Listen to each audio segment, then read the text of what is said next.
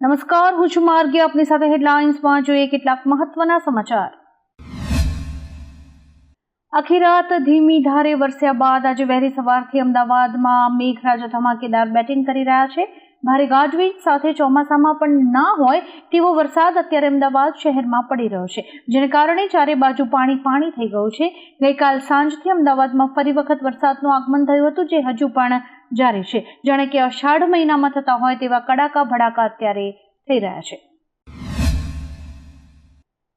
ભારતે પાકિસ્તાનમાં 100 કિલોમીટર અંદર ઘૂસીને એર સ્ટ્રાઇક કરી છે. બહાવલપુર આંતરરાષ્ટ્રીય સરહદથી 100 કિલોમીટર દૂર છે, જ્યાં જૈશનું મુખ્યાલય નષ્ટ કરાયું છે. મુરીડકે સરહદથી 30 કિલોમીટર દૂર છે, જ્યાં લશ્કરનો કેમ્પ હતો, જ્યારે કે ગુલપુર 35 કિલોમીટર, લશ્કરનો કેમ્પ 30 કિલોમીટર, બિલાલ કેમ્પ સરહદની નજીક કોટલી નિયંત્રણ રેખાથી 15 કિલોમીટર અને બરનાલા કેમ્પ 10 કિલોમીટર દૂર છે. આ ઉપરાંત સરજલા કેમ્પ 8 કિલોમીટર દૂર છે. આ તમામ જગ્યાએ આતંકવાદી અડ્ડાઓ હતા, જ્યાં ભારતે એર સ્ટ્રાઇક કરીને તેને નષ્ટ કર્યા છે. ભારતે પાકિસ્તાનમાં એર સ્ટ્રાઇક કરતા ગુજરાતમાં પણ એલર્ટ છે. રાજકોટ, જામનગર, ભુજ એરપોર્ટ સંપૂર્ણપણે બંધ કરાયા છે. રાજકોટ ઇન્ટરનેશનલ એરપોર્ટથી 11 અને અમદાવાદથી 3 ફ્લાઇટ રદ કરાઈ છે. અમદાવાદમાં પણ હાઈ એલર્ટ અપાયું છે. અમદાવાદ એરપોર્ટ અને Kalupur railway station high alert પર છે.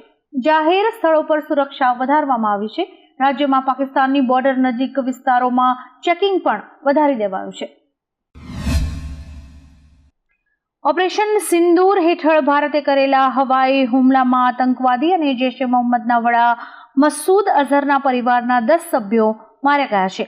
જૈશ-એ મોહમ્મદના વડા મસૂદ અઝહરે પોતે આ વાતની પુષ્ટિ કરી હતી અને કહ્યું હતું કે ભારતીય એર સ્ટ્રાઇકમાં તેના પરિવારના 10 સભ્યો અને 4 નજીકના સાથીઓ માર્યા ગયા છે. આ હુમલા પછી દુઃખી મસૂદ અઝહરે કહ્યું કે જો હું પણ આ હુમલામાં માર્યો ગયો હોત તો સારું થાત. ઉલ્લેખનીય છે કે મસૂદ અઝહર એ જ આતંકવાદી છે જેના કારણે કંધાર કાંડ સર્જાયો હતો. તુર્કી પાકિસ્તાનના સમર્થનમાં આવ્યું છે. તુર્કીના વિદેશ મંત્રી હકાન ફિદાને પાકિસ્તાનના નાયબ વડાપ્રધાન મોહમ્મદ ઇશાક ડારને ફોન કરીને સમર્થન આપ્યું છે. યુએઈએ ભારત અને પાકિસ્તાનને એવી પરિસ્થિતિઓથી બચવા કહ્યું છે જે પ્રાદેશિક અને આંતરરાષ્ટ્રીય શાંતિ માટે જોખમી હોય. યુએઈના વિદેશ મંત્રી શેખ અબ્દુલ્લા બિન ઝાયદ અલ નાહયાએ બંને દેશોને તણાવ ઓછો કરવાની અપીલ કરી છે. ભારતે ઇઝરાયેલી સ્ટાઇલમાં પાકિસ્તાન પર સચોટ અને અસરકારક હુમલા કર્યા છે. અદ્યતન શસ્ત્રોએ પાકિસ્તાનની HQ-9 એર ડિફેન્સ સિસ્ટમને નકામી બનાવી દીધી હતી. ત્યારબાદ આતંકવાદીઓના ઠેકાણાઓનો નાશ કરવામાં આવ્યો હતો.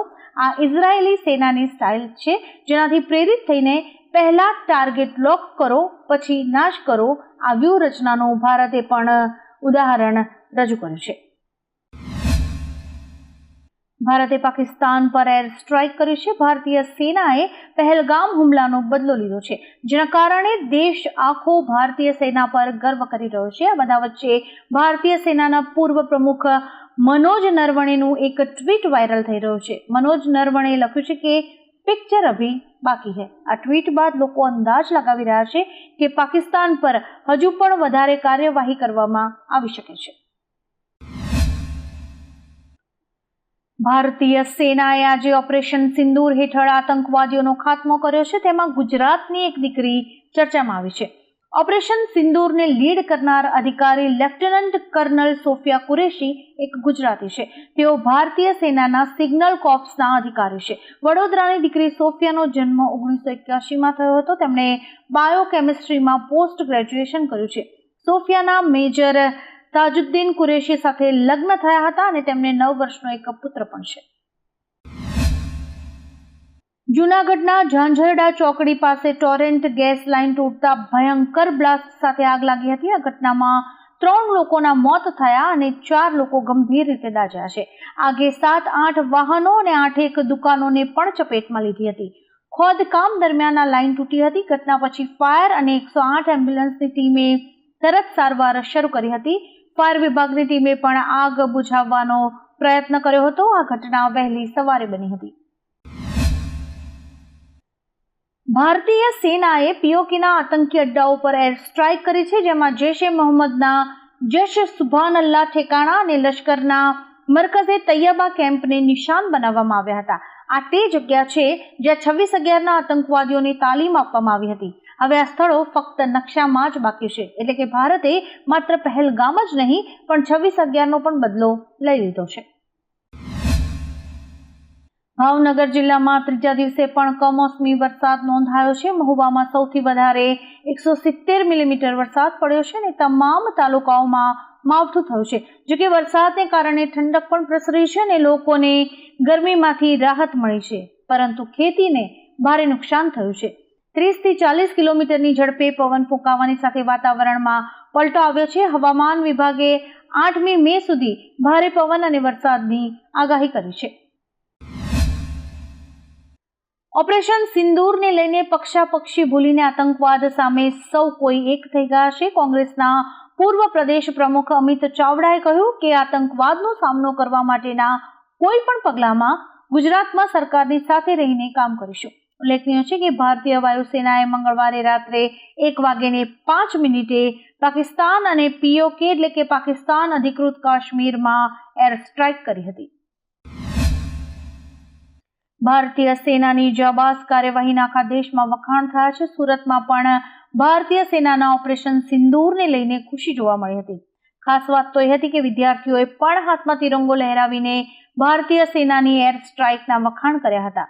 ભારતીય સેનાએ એર સ્ટ્રાઇક કરીને પાકિસ્તાનમાં આતંકવાદીઓના 9 ઠેકાણા ધ્વસ્ત કર્યા છે. વિદ્યાર્થીઓએ મીડિયા સમક્ષ પોતાની ખુશી વ્યક્ત કરતા સેનાનો આભાર માન્યો હતો. વિશ્વભરમાં 8મી મેના રોજ આંતરરાષ્ટ્રીય થેલેસેમિયા દિવસની ઉજવણી થાય છે. ગુજરાત રાજ્ય થેલેસેમિયા નાબૂદી માટે દેશમાં શ્રેષ્ઠ કામ કરીને રોલ મોડેલ સ્ટેટ બન્યું છે. ગુજરાતમાં કુલ 15.50 લાખથી વધુ લોકોના થેલેસેમિયા ટેસ્ટ કરાયા છે. સરકારી હોસ્પિટલ્સમાં ગર્ભવતી મહિલાઓ તેમજ કોલેજીસમાં વિદ્યાર્થીઓનો વિનામૂલ્યે થેલેસેમિયા ટેસ્ટ થાય છે. હેન્ડી ડ્યુનાન્ટના જન્મદિવસે વિશ્વ થેલેસેમિયા દિવસની ઉજવણી કરવામાં આવે છે, જેમાં ગુજરાત શ્રેષ્ઠ કામ કરીને રોલ મોડેલ સ્ટેટ બન્યું છે. અમદાવાદમાં ભાજપે 40 વર્ષના પ્રેરક શાહને શહેર પ્રમુખ તરીકે નિયુક્ત કર્યા છે. ભાજપના નિર્ણયની સૌને નવાઈ લાગી છે. રાજ્યના સૌથી મોટા શહેર પ્રમુખની કમાન પ્રેરક શાહને મળી છે. તેમના અધિકાર ક્ષેત્રમાં કેન્દ્રીય ગૃહમંત્રી અમિત શાહનો ગાંધીનગર લોકસભા મત વિસ્તાર, અમદાવાદના 2 લોકસભા વિસ્તાર અને ખેડા લોકસભા મત વિસ્તારનો સમાવેશ થશે. તેઓ શહેરના 16 વિધાનસભા મત વિસ્તારો પણ સંભાળશે. ઓપરેશન સિંદૂર વચ્ચે નરેન્દ્ર મોદી સ્ટેડિયમને બોમ્બથી ઉડાવી દેવાની ધમકી મળતા ચકચાર મચી ગઈ છે. ધમકી મળતા જ અમદાવાદ પોલીસના ઉચ્ચ અધિકારીઓની ટીમ અને બોમ્બ સ્ક્વોડ દ્વારા સ્ટેડિયમમાં ચેકિંગ શરૂ કરાયું હતું. આ અંગે સિનિયર IPS અધિકારીએ જણાવ્યું કે આ ઈમેલ પાકિસ્તાન JKના નામનો મળ્યો છે અને એક જ લાઇનમાં "we will blast your stadium" લખ્યું છે. બાબા વેંગા તેમની ભૂતકાળની અને આગામી સમયની ભવિષ્યવાણીઓને લઈને વિશ્વભરમાં પ્રખ્યાત છે. ત્યારે હવે ભારતે પાકિસ્તાન ઉપર કરેલી એર સ્ટ્રાઇકને લઈને પાકિસ્તાન વિશે બાબા વેંગાએ કરેલી આગાહી ચર્ચામાં આવી છે. બાબાએ ઇસ્લામિક દેશના નાશ અંગે ભવિષ્યવાણી કરી હતી, જે હવે એર સ્ટ્રાઇક બાદ પાકિસ્તાન જ એ દેશ હોઈ શકે છે તેવી સોશિયલ મીડિયામાં ચર્ચાઓ વધી ગઈ છે કે હવે પાકિસ્તાનનો સર્વનાશ થશે. મુસ્લિમ દેશના વિનાશની વાત પાકિસ્તાન સાથે જોડવામાં આવી રહી છે. ભારતીય સેનાએ પહેલગામ હુમલાનો બદલો આજે ઓપરેશન સિંદૂર પાર પાડીને લઈ લીધો છે. પહેલગામ હુમલામાં ભારતીયો પર કરેલા આતંકી હુમલાની વડોદરા મુસ્લિમ સમાજે ટીકા કરી છે. તેમણે દુઃખ વ્યક્ત કરતા કહ્યું કે પાકિસ્તાનની નાપાક હરકતનો જવાબ આપવો જરૂરી હતો. ભારતીય સેનાની એર સ્ટ્રાઇકના મુસ્લિમ સમાજે વખાણ કર્યા હતા અને એક હિન્દુસ્તાની મુસ્લિમ તરીકે ગર્વ હોવાનું જણાવ્યું હતું. સતત ત્રીજા દિવસે રાજકોટ પંથકમાં વરસાદી માહોલ છે. આજે પણ ધોરાજીમાં વાતાવરણમાં પલટો આવ્યો હતો. મિની વાવાઝોડા સાથે વરસાદ શરૂ થયો હતો. ઉપરાંત રાજકોટના ગેલેક્સી ચોક, રેલવે સ્ટેશન રોડ, હોસ્પિટલ ચોક, અવેડા ચોક, જેતપુર રોડ સહિતના વિસ્તારમાં ધોધમાર વરસાદ પડ્યો હતો. હવામાન વિભાગની આગાહીના પગલે વરસાદી માહોલ જામતા રસ્તા ઉપર પાણી ફરી વળ્યા હતા. પાકિસ્તાન અને POKમાં હવાઈ હુમલા બાદ ગુરદાસપુરમાં કતારપુર કોરિડોર બંધ કરી દેવામાં આવ્યો છે. અહીંથી શીખ શ્રદ્ધાળુઓ પાકિસ્તાનમાં કરતારપુર સાહિબના દર્શન માટે જાય છે. બુધવારે પણ 491 શ્રદ્ધાળુઓને કરતારપુર સાહિબ જવું હતું. આમાંથી 170 શ્રદ્ધાળુઓને ડેરા બાબા નાનક ખાતેની ઇમિગ્રેશન ચેકપોસ્ટ પરથી પાછા મોકલી દેવાયા છે.